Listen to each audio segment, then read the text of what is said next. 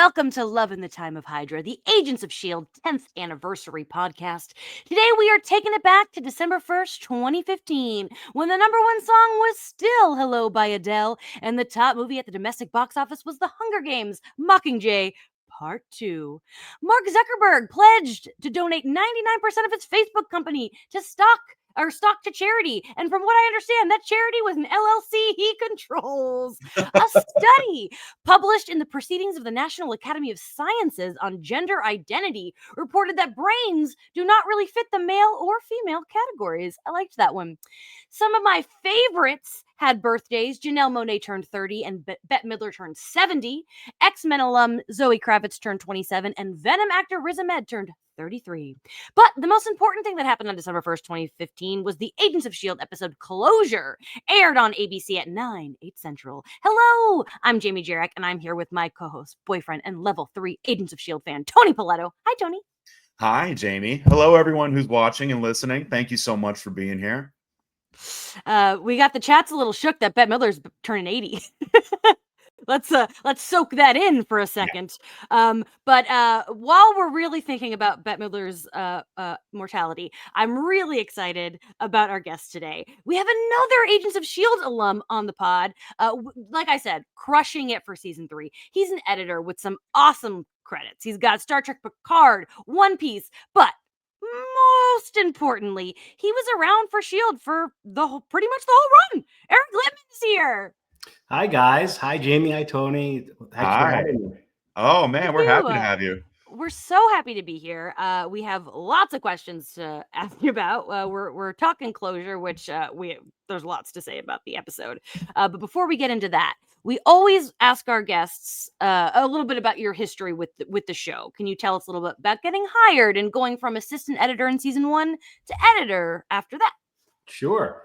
I was at that point in my career. I was working pretty steadily as an assistant editor. I worked on lots of different shows, and I heard about maybe 6 months prior to production of the show, and I didn't know anybody on this. I heard they were doing a Marvel television show, which was at that time a big deal. Nobody, no features were crossing over into a synergistic way of doing TV and film all at once. And I heard about this thing and I was like, well, we'll see what happens. I'll see if I could try to find somebody that I know. I was a huge fan of the Marvel movies at that point. And just serendipitously, one thing led to another. And I get a call from from an editor, and Paul Trejo, who was one of the editors on the pilot, and he calls me and he says, "We want to take a meeting. I'm doing this pilot." I said, "Okay," and I took the meeting, and it was one of those things that he wouldn't tell me the name of the show. Hear about that a lot. And the way he was describing it was like this. It was a big show. It was going to be a lot of eyes on it. There was a lot riding on it. And I sort of, based on what he was saying to me, started to figure out what he was talking about. And I decided I'm going to change my strategy here for how I usually interview and usually get jobs. And I'm not going to ask him what the show is. Yeah. I was just going to play. I was playing it cool. Inside, I was like, "Oh my God, I can't. I'm dying here. I want this. I hope I'm right." And I did everything I could to play it cool. I don't know if I succeeded or not in doing that, but I did that. And about halfway through the meeting, we hit it off. And he's a really good guy, very experienced, very talented editor. I'm still friendly with him today. And halfway through the meeting, he says to me, "Are you at all curious what the show is?" And I went, "I know what it is." Nice. He was a little surprised. He said, "Well, what do you think it is?" And I told him, and of course I guessed right. And I don't know, maybe I did. Maybe I played it off cool enough that he did like that for whatever reason it may be. And then just one thing led to another. Did the pilot, and show obviously got picked up, and those schedules, those first few years were really, really hard.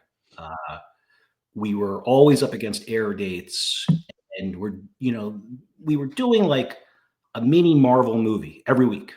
Yeah. Mhm. Lots of visual effects, lots of action, heavy duty sound design. And we just worked really intense hours to pull those episodes off. And it was like an all hands on deck, and it was a great team to be a part of. And an opportunity came up at the end of the season where they were looking for another editor. And I guess I was the natural the natural person to choose from. You were there. You were doing a good job. I mean, You establish yourself. Yeah. Yeah, I guess so. But there was the point being on that of that season was because it was the workload was so intense and so involved. There was lots of opportunity for someone like me to take. Cool. that's awesome. I'm curious because we've had writers on the show, and I know that when they're breaking a story, it all it depends on who's going to be credited as the writer. You're credited as the editor for 40 episodes. How is it just that decided? Well, on lots of shows, and Shield was like this. We had 3 editors, Mhm. and you're in different rotations. So the first 2 seasons, I was in the 3rd spot. So every 3rd episode, I would do. Okay. And then towards the end of the season, then seasons 4 through 7, I was moved up to the 1st spot. They changed the rotation, and I was fortunate enough to be in that position where I did all the premieres and finales and all the big giant episodes that were always had no time. That actually, Jackie is in the friend of the show. Jackie is in the comments and asked a question that I'm really interested in, which is, what is the latest time an episode will be delivered? Was there like a time where it would be like day before, where it's locked in?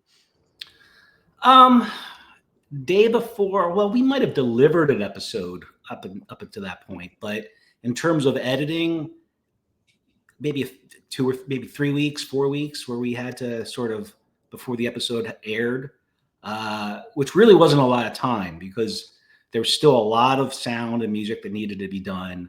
And I know you interviewed my good buddy Mark Kolpak. He had always the challenge of delivering those visual effects up until That was my next question. Was your relationship with Mark Kolpak? Because obviously he has to be someone that you're working with. Kolpak is a really he's a great friend. Like everybody on that show, we were kind of like a family, and we all still stay very much in touch. We all sort of know what each other are doing and up to and various things. We have a little get-togethers, little reunions from time to time, and it was a tight-knit group of people, not just post-production, but the whole show in general. They shot at Culver Studios, and it was before streaming really took hold of the industry, and it was kind of like I tell people from all the time, it was my quintessential Hollywood experience. So for 7 seasons or 7 years, I was working at Culver Studios, which was one of the last old Hollywood studios, and we were on like, I don't know, 4 sound stages.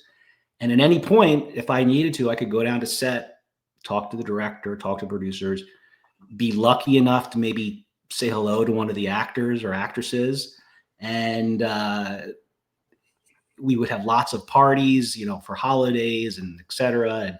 And it just was, it was just a great experience. It was a wonderful, and the good thing about being so close to production was because if I saw something that maybe wasn't working, or I had a question about something, or I thought maybe additional piece of footage should be shot, I could run down to set, speak to the director, and tell the director what I was thinking. And if they agreed, they could shoot me what I was asking for. That's pretty cool. That was going to be my next question was, I don't think people imagine editors like at the set, but in a job like this, that's everyone that comes on the show said the same thing, which was it was awesome, but really hard. It's Yeah. a really No, hard job. honestly, I'm sick of hearing people say it was such a great experience and we were like a family. Like literally every single person we've had talk about this show from this show speaks so lovingly about it. I'm waiting for one person to just be like, I hated it. Mark Kolpack's an asshole. No, I don't think that's ever going to happen. What was great about that show is we were just so close, and so much. It was just a lot of fun. And you were very kind to list off some of my credits, and I'm very proud of all those shows, and for various different reasons. But Shield's always gonna like take the prize for me for a lot of different reasons. We were so close. It was a wonderful experience. All the things that you were griping about. But really the thing I'm the most proud of when it comes to Shield was every week we pulled off the impossible. We delivered an episode, and it was really, that was a huge undertaking for the entire team, the entire production to do, and to do it so well, to me is always going to make me very proud of the work that we did. I love that. That's awesome. I have more questions for you, but first I want to say hello to everyone in our chat. We got a lot of people here. Thank you so much for joining live. If you have questions for Eric, drop them in the chat when we kick Tony out. We're going to ask him some anything you have for him. We want to hear about it. Tony, will you tell any potential newcomers the rules over here at Leto? Yeah, so the rules over here at Lido is if you're going to say something spoilery in the comments, just put spoiler alert ahead of it. That helps protect people like me who are watching this show for the very first time. So if you want to talk about anything beyond season 3, episode 9 closure, just put spoiler alert there. And thank you very much. Wow. Great explanation. I have a couple of announcements. It's that time of the show where I give announcements. Next week is our final Shield episode until March, which is so sad. But we are going to be back December 21st on Patreon for our annual holiday episode. You asked for it, so we are going to be talking a very Jonas Christmas movie starring one Chloe Bennett. If that's not enough for you to join our Patreon for only $1 a month, we are also going to be covering Agent Carter Season 2 on Patreon in January and February. So I think it's worth it. We got lots of business going on. But finally, everyone's been dying to know who next week's guest is. Now's the time. On December 7th at 1 p.m. PT, we have, drumroll please, Brett Dalton is going to be on the show next week. We've been trying to make it work with Brett for a long time. He's the sweetest. Like, he is so good at emailing me. Bless him. A lot of times I'm dealing with reps, but Brett just lets me email him, and I really am grateful for that. And I know that we had somebody guest right. Somebody DM'd me and was like, "It's probably Brett, huh?" So we're really hyped about that. I can't wait to tell him how much I hate Ward. Just right to his face. I'm just gonna give him such a mouthful about how good he is at making me hate him. As long as we're clear that he's good at it. He's very good. But you love to hate somebody. That's Indeed. The point. Eric, when you're like editing these, the show so well. Did you have a favorite character to work on and to work around? They were all so talented in their own respect, and how everything that they did. Ian is just he was so focused, hyper focused on what he was doing. Elizabeth always, she could just replicate the performance from take to take to take, and if you modulate it ever so slightly to do whatever she was trying to do. Ming and Clark were always great. Chloe, of course, was just not just great with the action, but she could turn the emotion on, and Elizabeth could turn the emotion on in a heartbeat. To touch on Brett Dalton, Brett was a good guy for a good portion of season 1, and I don't know. It's something we started to see some writing on the wall, but we're like, no, they'll never do that. That's never going to happen. And then when the script came out and we read it, and we were kind of like, oh my God, I can't believe what they just did. And again, I was like, well, this could be like a short-lived show. I don't know. I don't know if this is going to work. And he did it. And it was like, wow, this guy is really good. He's Yeah. like phenomenally good at this. Yeah. And, you know, they were just fun to cut and fun. A fun story, a little funny story about Brett Dalton, which happened many years after Shield ended. Is I was at a grocery store buying some groceries, and I started talking to some kid. I must have been wearing a Shield shirt or something, and I was talking to a kid behind the counter, and he says, "Oh, that was my favorite show, this and that." And I said, and I was asking him why, and he had all these reasons, and I was so like touched by what he was saying. And then he says to me, "Well, Brett Dalton was my favorite actor," and he was going on and on and on about that. This is 5-6 years later. This kid's probably in high school, so I don't know if he was watching the show when it was on. But to see that people are so touched by a show so many years later that it's still relevant is that's pretty remarkable. It's pretty, and it's very incredible to be a part of something like that. Absolutely. It's why we do the podcast. We just it's like, let's keep talking about Shield for as long as we can. Because I just, even as a fan, I'm the same way. I'm the guy at the grocery store. I just want to talk about Shield all the time. So we're here today though to talk about Closure, which was directed by Kate Woods and written by Brent Fletcher. This was Kate's first of 3 episodes and Brett's 7th of 15. Eric, any stories or like fun facts about those 2 specific people since this was their episode? So Kate, she's a terrific director. Unfortunately, I hadn't had a chance to work with her since. She did do a few more episodes afterwards, but I wasn't in that rotation. Very strong director. She just knew what she wanted. She gave me lots of options. We actually worked together many years prior on a small procedural show called Body of Proof with Dana Delaney. That's where I met her. So that's, I would say, about 5-6 years prior. So it was sort of nice to like reconnect with her, and we hit it off really well. During the episode of during the Closure episode, when we were working together, and Fitz and Simmons are talking to each other at the end and sort of saying their goodbyes and the tears and all that.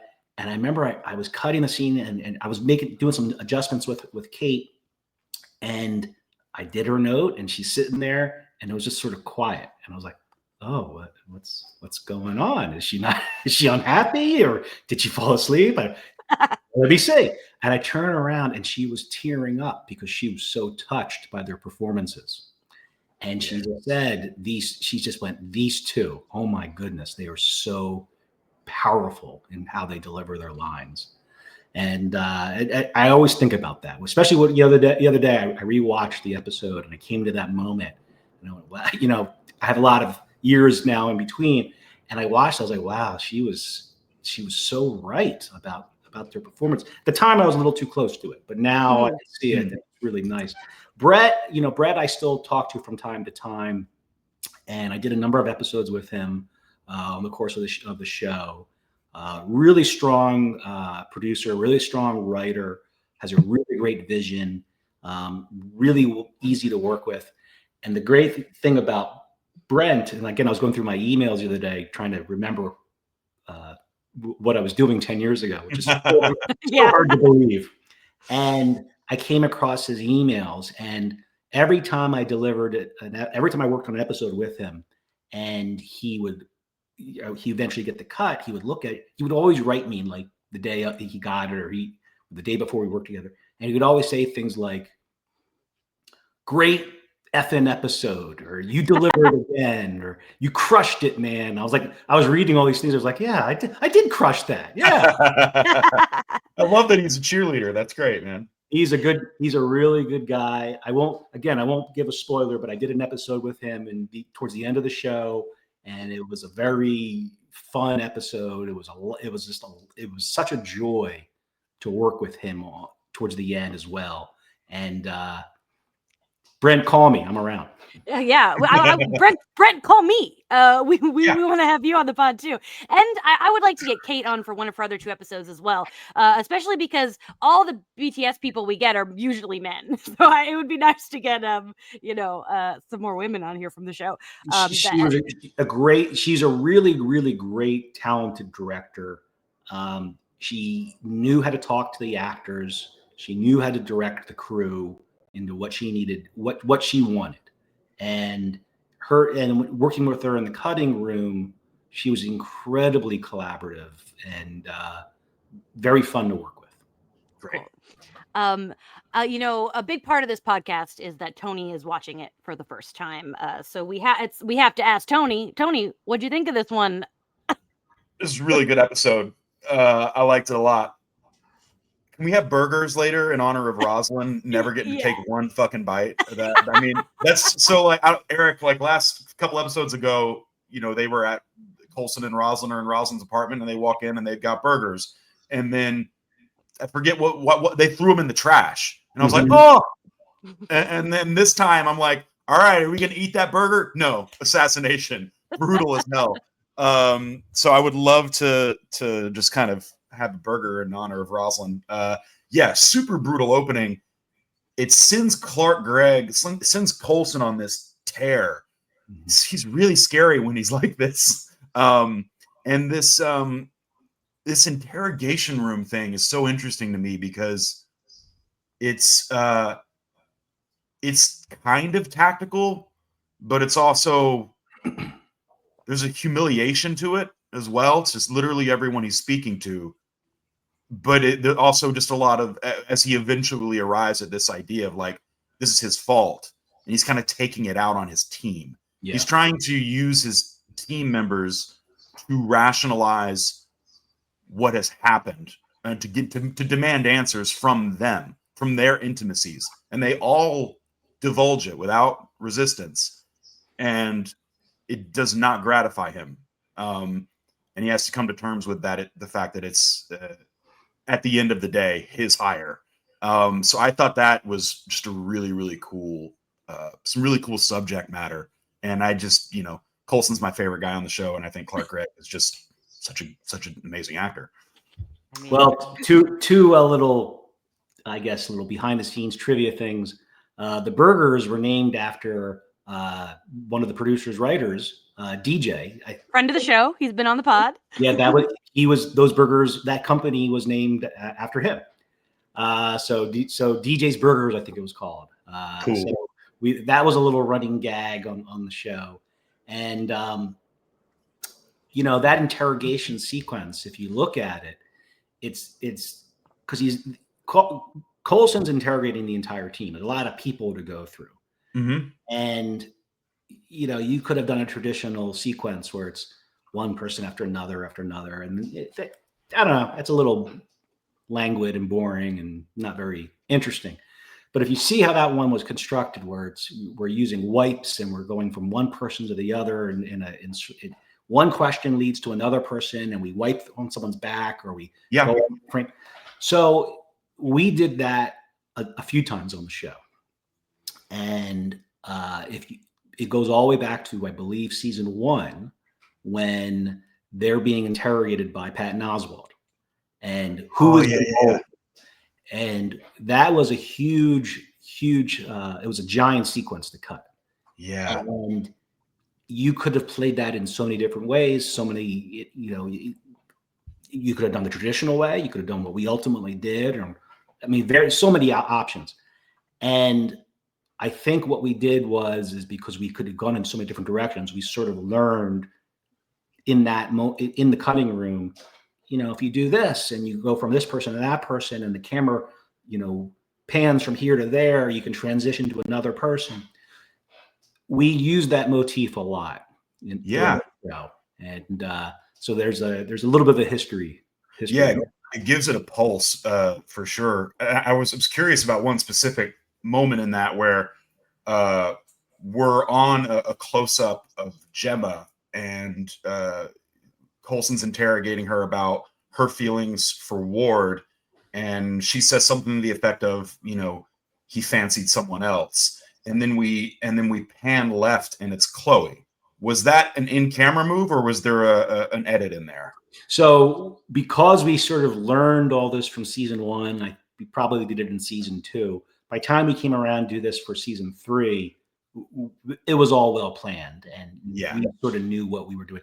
I'm sure, if I remember Kate's footage well enough, I'm sure she gave me lots of options that I didn't have to do just that. I could have gone in various different directions, and obviously was the best one. So that's what we. Yeah, that's cool. It gives a movement because we're panning left, so we expect it to be Coulson on the other end of the table, and when it's her, just keeps a flow going. It's really sharp. Yeah, I'm glad that we were already diving into this, because I was like, montage, must know about montage, because I feel like that's, to me, that'd be one of the most fun things about editing is are those like quick kind of cuts. And I imagine, like you said, like a lot of footage to go through, and that's really cool. And I'm curious, you said you rewatch the episode. Do you do that often? Do you revisit some older stuff that you cut? Sometimes, yeah. I like going down memory lane and checking some of the stuff out. And Shield's always that one that, because the hours are so intense, and now that so many years are past, sometimes it's a little hard to remember, well, why I made this one creative decision versus another. But what I do always remember is what was happening in my life at that point, or why I chose certain things. And I was watching in this episode, when I was watching it, the scene where Clark jumps out of the jet into the portal.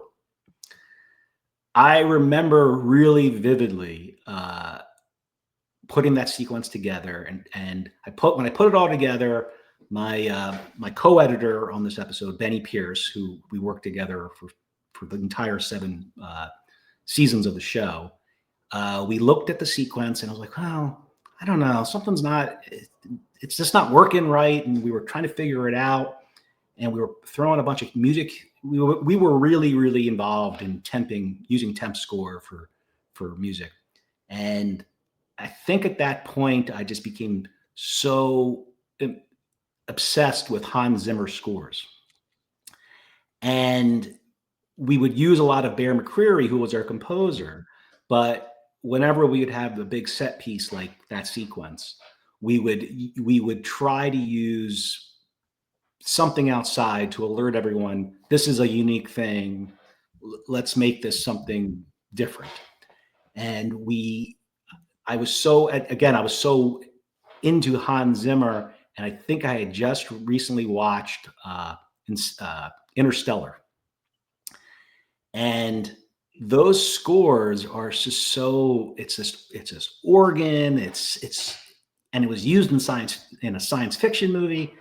But I kept going back to it. I was like, this is something about the score that's grabbing me. And we put this piece of temp score in that sequence to, from the whole jet being fired upon, to the countdown, to the Clark jumping into the portal, and so on and so on. And we put that together, and it was like, well, it's still not really, there's still something off about it. It's not building the way I want it to build. And I can't remember who came up with the idea, but we found this separate drum pad that we could add, and we added that on top of this Interstellar cue. And suddenly we looked at it, and we were kind of like, oh my God, this is like amazing. This is really good. We just one-upped Hans Zimmer. Yeah. And we're like, well, I think Hans Zimmer would be like, I'm not sure about that. But what we saw was like, this is so good. This is exciting. It was just, and again, you're working around the clock. You hope you're just not like bleary-eyed and making bad decisions because you're tired. But I just remember looking at it going, wow, this is just so cool. And that was one of the things that I did on Shield a lot is, I'm a huge movie TV guy. I watch them. I try to watch a movie every day. Same. Can't do it as much as I used to, but I try to do that. And whenever I see something and I hear something, I always like, at that point in my life, I saw Interstellar, and the movie's just, is very close to a perfect movie in my opinion. But the score is just so it's just not what you would think for Mhm. a science fiction movie, and it's so good. And so I think about, grabbing that score, putting that into this piece, making it feel like everything is happening all at once. And that's what that piece of score allowed us to do. That's cool. And it worked. Let me tell you, I've seen this episode at least 10 times, and Tony's never seen it. And when Coulson dropped into that portal, both of us went, oh! Like, We were we hooting. We both were hooting and hollering reacted. at Like, that. I knew it was coming, but I still had a reaction. But it's Yeah. always fun to see Tony kind of lose his mind about things. And Tony, I was actually surprised you didn't really react to Rosalind's death. And I thought that when they revealed Ward killed her, I thought you were going to get pissed and start yelling at the TV. So the chat wants to know how you feel about her dying. And I'm curious because I thought maybe you'd be mad about it because it happened so abruptly. No, I'm not mad about it. As soon as I heard I was like, Ward. I knew it was him. I knew before we saw the bleeding. I just was like, I knew exactly what had played out. I was mad. I am mad. Fuck Ward. I've said it before. I'll say it again. He's now also. We've got Malik and like the repulsiveness of them compounded. It's just like they're both. I dislike them so much in the best way. Powers Booth is this shit. He's great. But no, I'm honestly a little bit relieved that those two characters have been separated because their nastiness in one room is almost overbearing. But yeah, no, I'm bummed. I feel bad for the heartbreak of Coulson, and also I just really liked Rosalind. I like that it's just the previous episode we ascertained that she is not duplicitous. She is on our team with potentially questionable methods, but like, so yeah, it was surprising, and it's a bummer. Yeah. Tony, I've told this story a lot, but you've never heard it because it's a spoiler story. Eric, were you at the Shield 100 panel that in 2018? It was like a big celebration of the 100th episode. I think I was there. Yeah. So you moderated that, right, Jamie? Shoot. Are we losing you? Oh, okay. Are we here? Yeah, I got you. Oh, okay. I heard you think you were there. That was the last I heard. Well, yeah, I was at a panel. I've been in a few panels. I know we had a celebration on the stages where we did a little thing and to celebrate the 100th episode, and there was a lot of parties during those. A lot of parties and panels blend together. So I moderated the Shield 100 panel that took place in LA, and like everybody was there. It was like a 20-person panel. And my biggest shame that like I still can't believe I did, but like I did stand up for so long, and like sometimes it's like when you have to connect something, your brain just says something stupid. And the dumbest thing I've ever done is I announced Constance Zimmer, an Emmy-nominated actor, and I said, Constance Zimmer, she's dead on the show, but not in real life. To this day, I'm like, I can't believe I said that, and I still am embarrassed about it. Like 8 years later. But that is Tony, such a Jamie joke. That's a really good Jamie joke. No, I mean, not great in the moment. Technically weren't wrong. It was.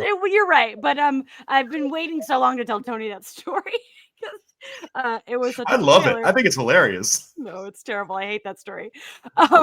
Eric, while we're talking about this specific, like the death scene, I do want to ask you about like the big like zoom from the window to Ward. I don't know how much of that's your area, but can you speak about that moment because it's kind of cool.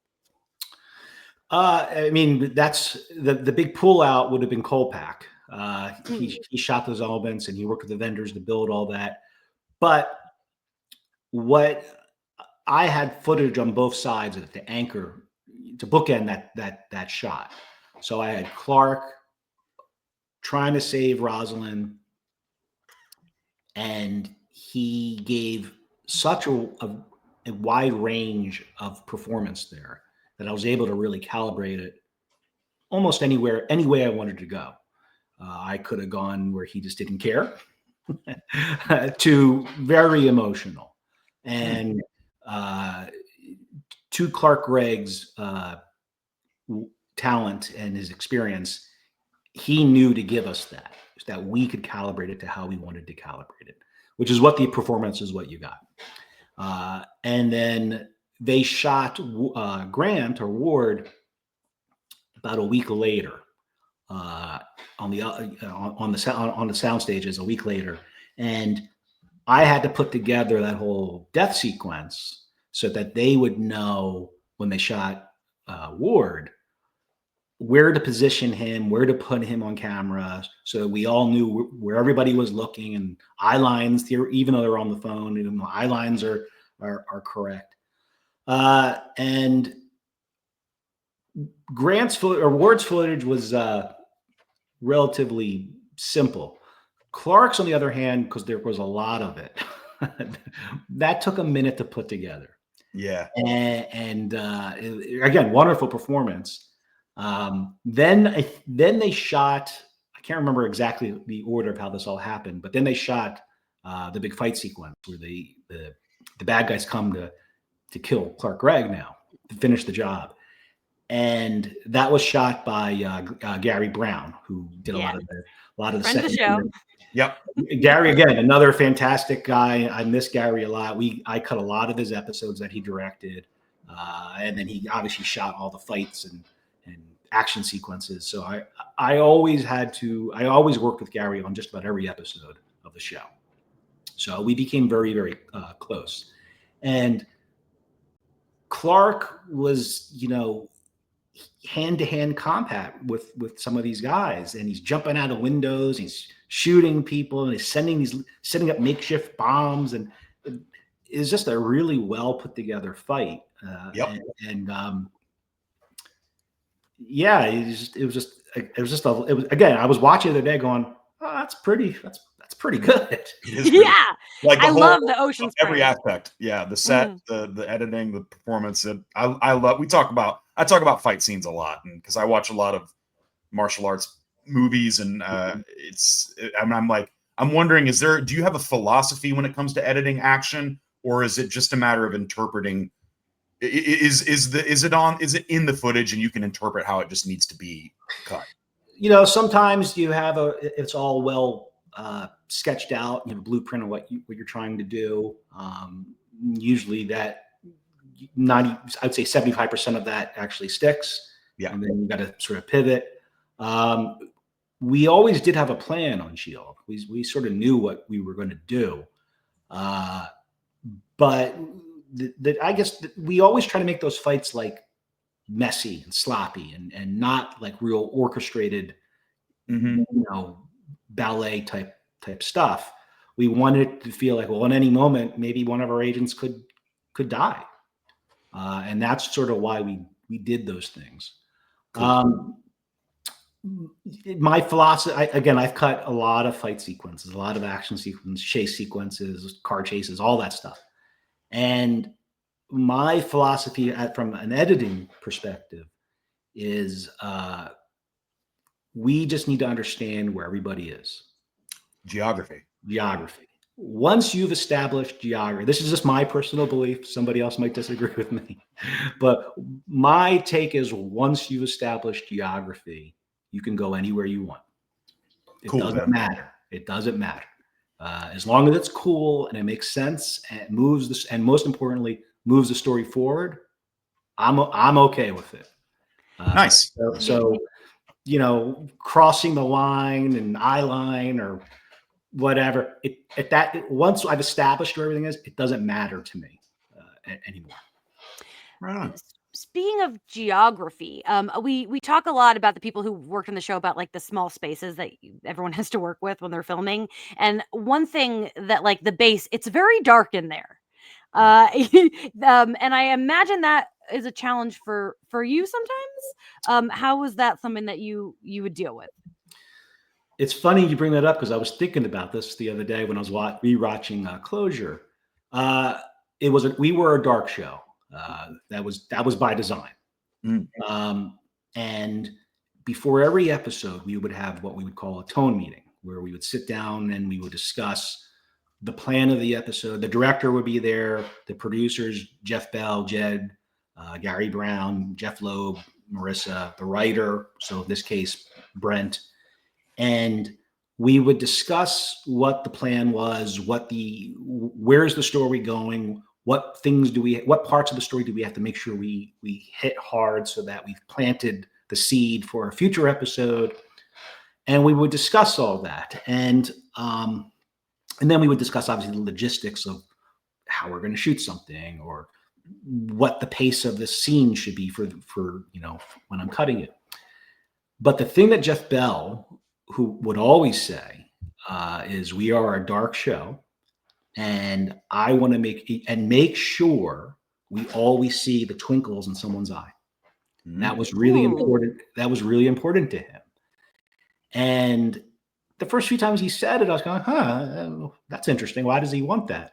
And then after so many times of saying it, and you're seeing the episodes put together, or you're cutting the episodes, you realize, well, if everything's dark and you can't see the eyes, they're not emoting. Mm-hmm. And those little twinkles of light in someone's eye carry the emotion. And that to me was I always think about that. Even on other shows, I think about what he said and what we always looked for. And when I was cutting scenes, if someone was given a performance that I thought was good, but another performance was just as good, or maybe not as good, but the twinkles were there, I probably would have chosen the twinkle, because I think you're getting more out of it. That's really cool. I know we have a couple editors in the chat. I feel like that's something you really should take with you in the future, because that's really cool.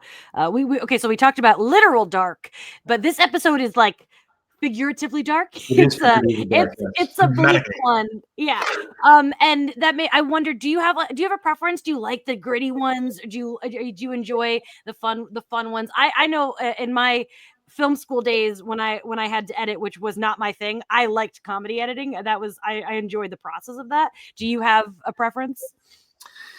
Well, I like it all. The thing that was great about S.H.I.E.L.D., and not all of the shows I've worked on have been like this, is S.H.I.E.L.D. had just about every genre there. You had gritty, you had crime, you had dark, you had light, you had lots of emotion, and then you would have comedy. And we did do comedy in the show, not in the traditional sense, but everything was sort of like in passing, throwaway. In this episode, you're such a Luddite. And that was just sort of a throwaway. Let's not make a big to do about it, but people that understand that what she's saying got a good kick out of it. Mm-hmm. Tony got a good laugh in this one, which was when Fitz says it's just an old wives' tale that Hydra moms tell their goblin babies. Tony really liked that line. I like goblin babies a lot. You also, Tony, you had a big sigh at one point, like you were frustrated. Is it because did you think Banks was bad, but then before we realized that he was being telekinetically manipulated? Yes. Okay. Yeah. Okay. I think that I do remember that disappointment of being like, no. But yeah, it's intense too, because even on a shorter, it's an even shorter flip, because we've gotten a little bit of time to process Rosalind is a good guy, definitively, and then Banks, we get like one meeting with Mac and everybody, and he's kind of getting integrated into the team as a helper who wants his revenge as well. So yeah, to have him just disposed of as well was pretty jarring. Hydra's not fucking around. I'll tell you that. But I gotta say, I think I'm still a little like Malik's whole philosophy of like I like the cultiness of Hydra now. Like now that Hydra is, because it's a little silly and you kind of have to be brainwashed to go along with this point of view, or in the case of Ward, easily brainwashed in one scene. So I thought it was interesting that like they're gonna go to this alien planet, and it's like, and then what? And then we got the guy, the original Hydra, and we bring him back. It's gonna be awesome. And I'm like, I think you're all gonna get killed. Like, I don't think this guy's anybody's friend. I don't think he's going to appreciate your worshiping him. I think that it's a deep malevolent force that's going to consume anything it touches. But Malik's really psyched on it, and he's manages to get Ward on his team, which I had a moment, Eric, because I can absolutely believe that Ward would get suckered in by another mentor villain figure. I believe it, but part of me was thinking for a moment that when people were gathering around that portal, I thought Ward was going to chuck Malik in there, because like 2 agents went in and it was just Ward and Malik standing there, and I'm like, Ward could just kind of do his plan now. Like, all he has to do is one little push and he can go back to like killing Coulson operation. But that didn't happen, and it's probably a better show for it, but it did cross my mind. I would have been bummed if that had happened. On S.H.I.E.L.D., there was 2 actors that we had. Unfortunately, both of them passed. Bill Paxton and Powers Booth. That when Bill Paxton came onto the show, I was again a huge fan. Aliens, Terminator, Twister, Predator, Twister. And he came on the show and he lived up to everything that I imagined him to be. He was just a fantastic actor, great human being, fun to be around on set when I did have opportunities to be around him, and just an extreme professional. And then Powers Booth, I was always a fan of Powers Booth. He's done such incredible movies like Tombstone. The guy was just a powerhouse of an actor. Southern Comfort. You ever see that? Oh yeah, the guy terrific. And he came onto the show, and I remember thinking, I was really happy that he was there because I'm a fan of his work. But I thought, that's an interesting choice. I'm curious why he's doing that. And he was just like, every time he was on, he was just great. And I think my first episode with him, if I remember correctly, was season 2. Where he was, I think it was season 2, where he was fighting Chloe on the roof. If I remember correctly. Who was fighting Chloe on the roof? Powers? Powers Booth was fighting Chloe on the roof. Do we see Powers in season 2? No, he doesn't come. He's not coming to season 3. So I don't think we've. Oh, sorry, that's a little bit of a spoiler, but I didn't spoil anything. That's not a bad spoiler. That's kind of a tease. That's kind of a interesting. That's in season 3. I think you're talking about. I want to say Space Time, which is one of my favorite episodes, but I could be. That's a few episodes down the line. But maybe this was my first episode with him. I can't remember. But again, just I was working with material from the actors that were. It was like A++.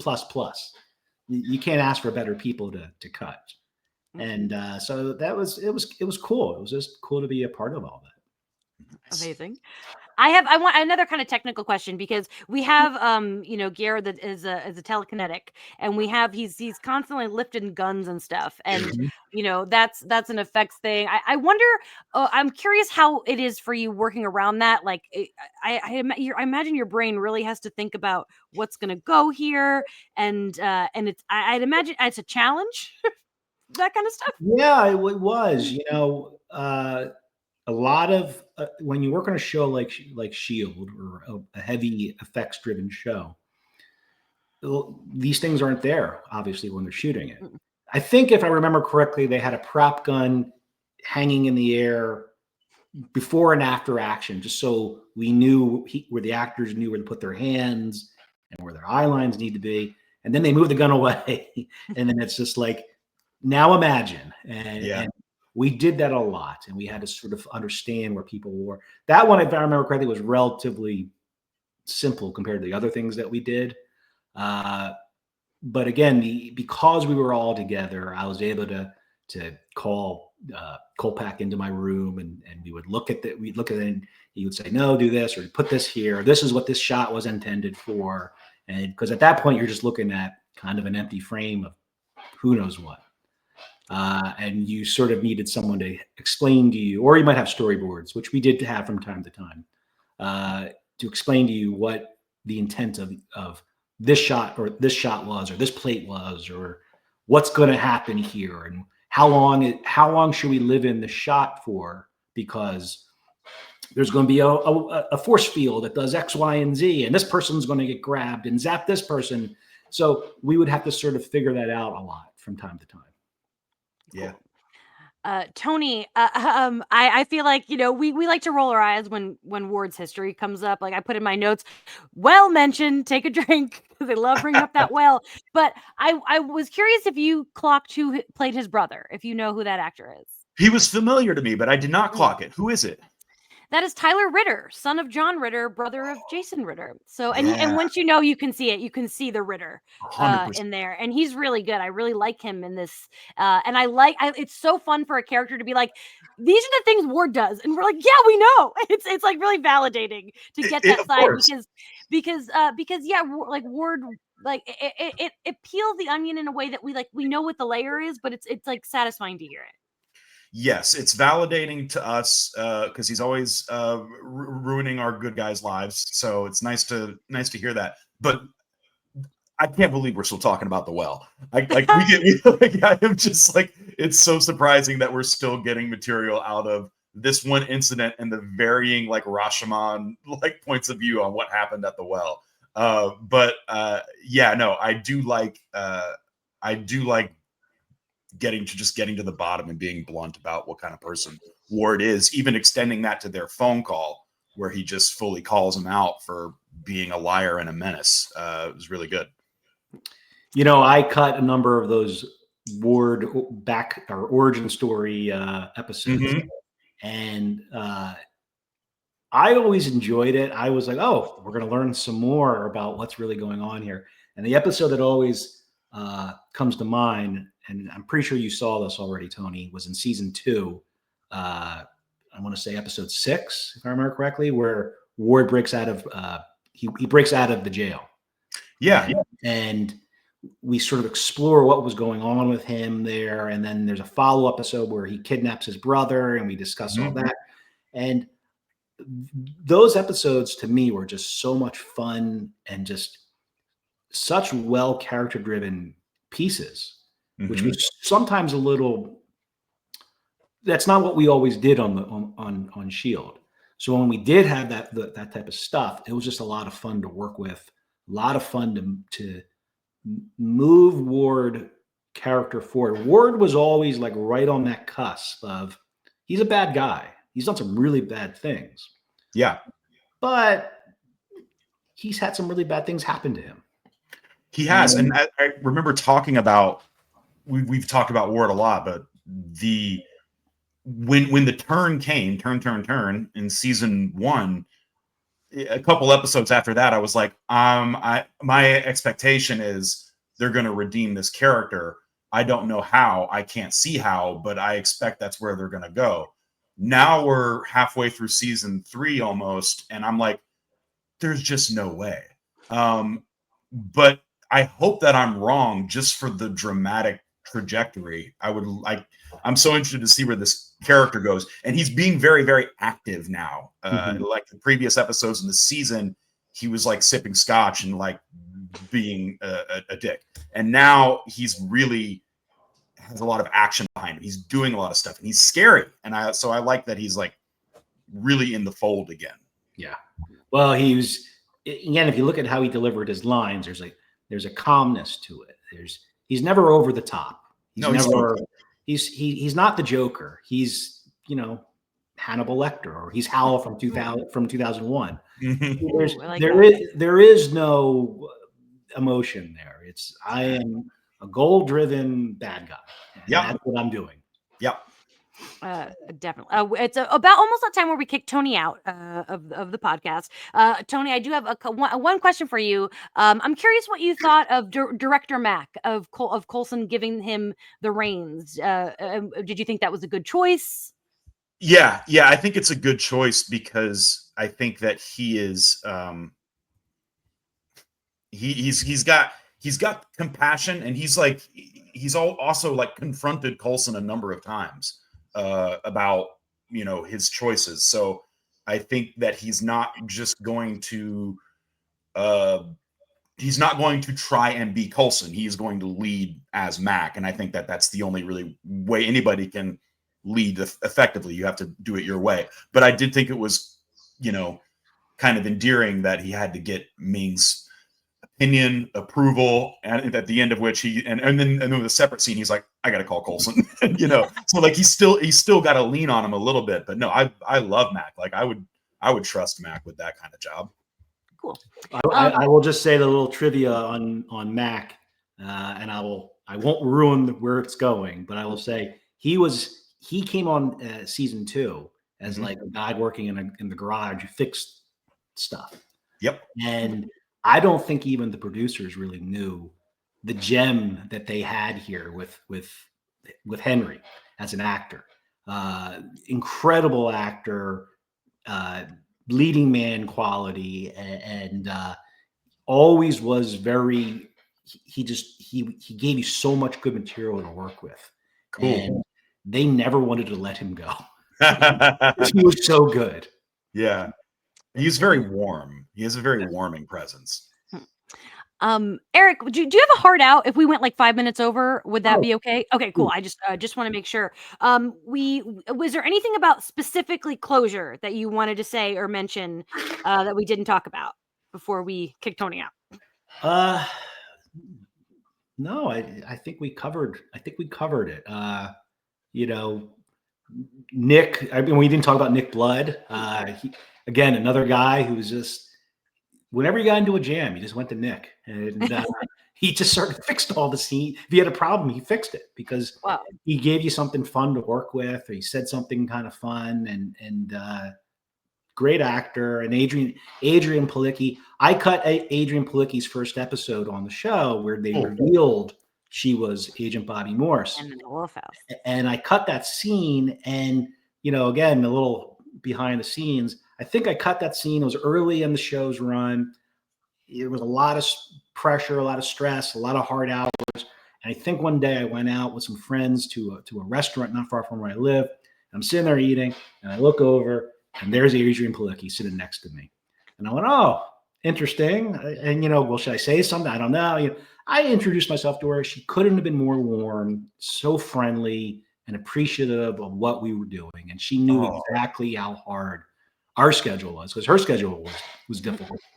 And to the credit of the show, everyone there was so nice about everything and appreciative. That's awesome. I love that. Tony, was there anything about this episode that you wanted to mention? Or no, I feel like I said all my bits. I like when they got the super powered team together. I said multi-metal Zappy team. Yeah, that is pretty cool. Yeah. Eric, we do a thing at the end of the episode where we pick an MVP. I will go first. I think it's Coulson. I don't know, it's Coulson's episode. Clark is so good in this episode. I love when Coulson gets a little dark. It's so sad, but Clark just has such range, so I love it. Tony, do you have an MVP? It's also Coulson for me for all the reasons you said. Yeah. Well, you guys both pick Coulson, so I'm going to go contrary, and I'm going to pick Grant Ward. Oh, okay. We picked him last week. Last week. Yeah. Yeah. So I like that. He's getting some play, which is perfect as we lead into Brett being on the show. Yeah. Tony, do you want to say some quick thank yous before we kick you out? Yeah, I'd love to say some thank yous. So thank you to Stephanie at Eclectic Muses on socials for doing our artwork. Thank you to Ryan Miera of Yellow Pills at Yellow Pills Music on Instagram for doing our theme music. Thank you to our producer, Maria. Thank you, producer Maria. You're welcome. And thank you, Eric. Thank you for all the insights, and thanks for being here, man. Thank you for having me. It's been a great talking with you. Yeah, you as well. All right, Tony, get the fuck out of here. Get out of here. I'm leaving the room. Leave. Oh my God, why are you still here? I'm leaving the room. Get out. He's gone. Reminder to the chat, if you have questions for Eric, now's the time to drop them. I think something that I think a lot of people want to know, just a blanket, do you have a favorite episode you edited or a favorite scene? Wow, I've cut so many wonderful moments in the show. The one that always sticks with me, or the episode always sticks with me, is the last episode of season 5. Because that theoretically was our goodbye. And we put a lot of work into that episode, and it was all, you're going up against air dates, you're going against all kinds of time constraints, and you're working really long hours, really intimately with all your teammates. And I would go home every night and I'd be sad. And I didn't understand why. Why are you so sad? What's going on here? Well, because you're saying goodbye to your family, I guess. You're like, we're sort of like wrapping this up. At that point, we are 5 seasons of the show. It was a lot of work, a lot of time spent with everybody. And I remember when we put that whenever we would finish editing an episode with Jed or Jeff Bell. When we would lock editing, we would do a thing where we would have a lock video. We would shoot a little video on our phone to celebrate the end of editing. And generally what we would do is, it started off as we would put our phone, somebody would hold the phone and we would go, episode blah, blah, blah is locked. And we would jump in the air and we'd have a little slow-mo thing where we're in midair and this and that. And when we put that episode, when the last episode of season 5 was done, we had a little farewell video that we put together for just internally. And it was so sad to watch because we're like, oh my God, this really is it. And everyone says goodbye in that episode. And then like a week later, we find out, oh, no, we're coming back for 2 more seasons. So we get to do it all over again to say goodbye. So that's a great answer, though. I love that episode so much, and I think the only show I probably in the world would say I love more than this show is Buffy, and both shows do the same thing, which end season 5 thinking it was going to end and kill the main character. And both are perfect endings, but like I wouldn't ever give up the extra 2 seasons we got either. It's like a perfect case scenario, and I think that episode is so beautiful. If I'm like Jed directed it, right, and it's just an incredible one. And so some questions from the chat. A friend of the show, Jackie Rogers, is in the chat, and she's the world's #1 Sousa fan. So she wants to hear about cutting out of the past, which I'm sure was really fun to do as the black and white. It was like a whole different thing. Yeah, season 7. We sort of just went for it at that point. We were always worried, are we jumping the shark here? Is that what's happening right now? And so that episode, the black and white episode, the film noir episode, that was directed by Gary Brown. And they shot a lot of that at the Roosevelt Hotel, a lot of it in different parts of LA that give you that classic film noir look. That was just a fun episode to put together. It was interesting how we were just sort of like living into the shots, how we were telling that story, but sticking to the theme of film noir. Same thing for an episode a few episodes later in that season, another Brett Fletcher episode where we went back in time to the 80s. And the inspiration for that episode was the movie Chopping Mall. Yeah. And I think at that point I'd seen the movie like once when I was a kid, and but we always talked about it. So before we did that episode, I watched it and I was like, okay, I think I sort of figured out what the ingredients of this episode are going to be. And the way I sort of always approached all these episodes when I was doing this was that I tried to figure out the sound of the episode in my head that I was going to use to help temp whatever I want to do. So one of the things I grabbed for the black and white episode was I tried to find modern film noir movies that had that feeling of 40s and 50s. And one of the things I came across was the movie Training Day. Had some really cool film noir type score, but it was relatively modern.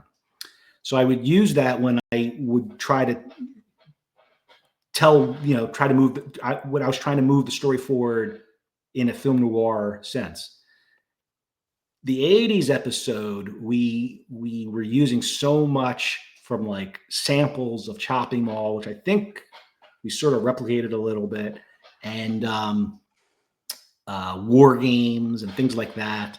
And there was a cue that I heard in Suicide Squad, which was an okay movie, but there was a cue that I heard that I really, really liked. And I think I heard, this was like, now this is season 7 when I using it. But I remember hearing this cue in like season 2. And for 5 years, I sat on this, just waiting for the moment to use this type of cue. And when Mac gets his shotgun axe in that 80s episode, I was like, and he gets all in the 80s gear. This was the moment that I used that cue. And it was very fitting because we were sort of the marching orders was we want to take these episodes as far as we can take it without jumping the shark. And that's generally what we did. I love it. That's a top 5 episode for me because I love stuff like Tony loves Shopping Mall, and I can't wait. I mean, it's 2030 when we get to that one. We're quite a ways away. Yeah. But that's I love that. So another friend of the show, Sari, she's a huge One Piece fan, and she wanted me to ask you, what the difference is from editing that versus Shield. And for me, I'm curious, similarly, like cutting a network show versus cutting a Netflix show. That's there's got to be a lot of differences there. Yes and no. We have a lot. One Piece, we had lots of time, probably more money, but at the end of the day, story is my focus. So and making sure we move the characters forward in service of the story. So in terms of my approach, I generally don't. It doesn't change much for me in what I'm looking for. I look for good performances. I make sure everything feels true and accurate, and just tells the story the best that we can. The one thing that working on Shield, a network TV show, has given me, especially as an editor, is to make decisions fast, move things fast, keep the pace moving at an appropriate speed. Shield, when we were cutting those episodes, we wanted everything to move very quickly. We only had so much time to work with. And the reason we wanted everything to move very quickly is that when we did get to an emotional scene, we were going to pump the brakes. And we want people to, this is the payoff on why we were moving things so quickly, because we want this scene to land. So we would do that a lot. Cool. She asked, like, what about similarities? And I think the answer is, like, you just want to cut Jeff Ward. As if Jeff Ward's there, we're working with it. So again, Jeff Ward, he came onto the show, I guess season 5. And he I don't think he was supposed to be there for as long as he would know better than me, but I don't think he was supposed to be there for very long. And then I think everyone saw, I was like, this guy's a terrific actor. He's my favorite character. Deke is my favorite character of the show. And then when I went off to One Piece with one of my Shield buddies, Matt Owens, he was also running One Piece at the time. He grabbed Jeff, and Jeff was able to play the clown in One Piece, and Jeff's crazy. I say that as a compliment. Oh, love that. That's what the people want to hear. I want to shout out last week's guest, RJ McCasland, is in the comments. Thanks for being here, watching your fellow Shield folks. How you doing, RJ? RJ, I will say this about RJ. The end, when Shield was coming to an end, he came into the offices, and RJ was just a joy to always be around. He always had a smile on his face, always was friendly. And he came in one day and he said, I'm making shirts for Shield. Does anybody want one? And we all were like, yes, please. And I thought it was just going to be like, a little shirt here. No, he had the Cree and all kinds of. It was a lot of details. I still have that. I still have. This is the original shirt from the pilot, but yes. I have on Shield. I think I have so many T-shirts and bags, and I could wear the same. I could wear a different shirt for like 2 months. with a Shield logo on it and never have to do laundry if I really wanted to. And then Amazing. when the show came to an end, I realized, oh, they're not making these shirts anymore. So I put almost all of them in storage because I want to save them all. Oh yeah, you could. I just got a t-shirt blanket made. So that's always a nice if you have them sitting around. But also they're cool to wear too. But I'm a big t-shirt gal, so I respect that. And RJ last week gave us a little tour of some of his memorabilia, so we love to see that kind of stuff. He's Um, a good guy. Yeah, Eric, thank you so much for being here. This was so interesting, so informative.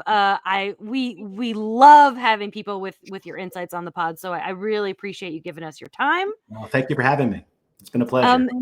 I'm so happy to hear that. Is there anything that you want to plug? Anything you got coming up that people should look out for? Where do they follow you? All that kind of good business. Well, you can follow me on Instagram, Litman Design. I have One Piece season 2 coming out in a few months, March 10th, I think. You mentioned another show here that I was an editor. I was one of 2 editors on that hasn't come out yet. They're doing, I guess I can say it, the reboot of Buffy. I was on the pilot for that. You were with the Lil and Nora Zuckerman.